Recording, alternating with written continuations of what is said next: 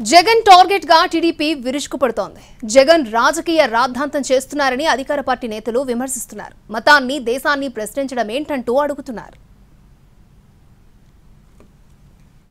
ఏపీలో లడ్డూ కల్తీ వివాదం రోజురోజుకు ముదురుతోంది.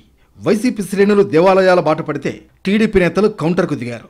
నేతలంతా మీడియా సమావేశాలు పెట్టి జగన్ను విమర్శించారు. హిందూ దళితురాలైన తనకు అప్పట్లో టీటీడీ బోర్డు మెంబర్గా అవకాశం వస్తే జగన్ రాజకీయ రాద్ధాంతం చేసి అది పోగొట్టేలా చేశారని ఆరోపించారు హోంమంత్రి అనిత. జగన్ మానవత్వం గురించి మాట్లాడటం ఏంటని ప్రశ్నించారు. దేశాన్ని కించపరుస్తున్న జగన్ను దేశ బహిష్కరణ ఎందుకు చేయకూడదన్నారు. ఆ రోజు దళితురాలను నన్ను కూడా వెళ్ళనివ్వలేదు, దళితులకి ఎవరికి పోటీ పెట్టనివ్వలేదు, కనీసం వాళ్ళకి ఇవ్వలేదు, దళితులకి ఎవరికి బోర్డు మెంబర్ ఇవ్వలేదు. ఈరోజు నువ్వు మాట్లాడుతున్నావు. నేను ధైర్యంగా చెప్తున్నాను, ఎస్ నేను హిందువుని. నువ్వు చెప్పగలవా? బయటకు వచ్చి చెప్పు, డిక్లరేషన్ మీద సంతకం పెట్టవయ్యా అంటే పారిపోయి ఇంట్లో కూర్చున్నావు. ఈరోజు అవినీతి కేసుల నుంచి బయటపడేందుకు తిరుమలను అడ్డాగా చేసుకున్న వ్యక్తి జగన్ అని కామెంట్ చేశారు టీడీపీ ఎమ్మెల్యే గోరంట్ల బుచ్చయ్య చౌదరి. జగన్ హిందువులనే కాదు అన్ని మతాల వారిని అవమానించారని అన్నారు. రాజమండ్రిలో గోదావరికి నిత్య పూజలను కూడా ఆపేశారని మండిపడ్డారు. హిందూ ధర్మాలను మంట గడుపుతూ అవినీతికి కేంద్ర బిందువుగా మార్చావు.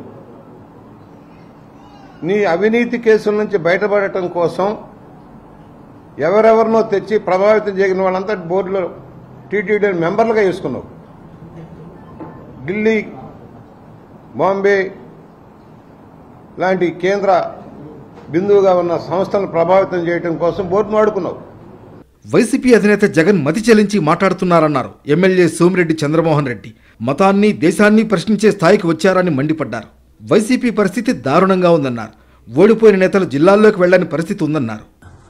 స్థిమితం తప్పినావా? ఆఖరికి దేశాన్ని, మతాల గురించి క్వశ్చన్ చేసే పరిస్థితికి వచ్చేసావు. నీ పరిస్థితి ఏంది? నీ పార్టీ పరిస్థితి ఏంది? ఈ రోజుకి పెద్దిరెడ్డి రామచంద్రారెడ్డి పొంగనూరుకి పోలేకపోతున్నాడు, మిథున్ రెడ్డి రాజంపేటకి పోలేకపోతున్నాడు, కొడాలి నాని, వలంనేని వంశీ, రోజాలు వాళ్ళ నియోజకవర్గాలకు కాదు కదా జిల్లాలకు పోలేకపోతున్నారు. ఇక సజ్జల రామకృష్ణారెడ్డి, ధనంజయ రెడ్డి అజ్ఞాతవాసం, విజయసాయిరెడ్డి విశాఖపట్నం పోలేకపోతున్నాడు. అది మీ పరిస్థితి. ఆఖరాన ఏంటంటే నీ రాయలసీమ, నువ్వు పుట్టిన రాయలసీమలో తిరుపతికి పోలేకపోయినావు. జగన్ను తిరుపతికి రాకుండా ఆ స్వామివారే అడ్డుకున్నారంటున్నారు టీడీపీ సీనియర్ నేత బుద్ధా వెంకన్న. కల్తీ నెయ్యితో లడ్డూ ప్రసాదం చేయించిన జగన్కు ఆ దేవుడే బుద్ధి చెబుతాడని అన్నారు. జగన్మోహన్ రెడ్డి చివరగా నిన్ను దేవుడే వద్దనుకున్నాడు.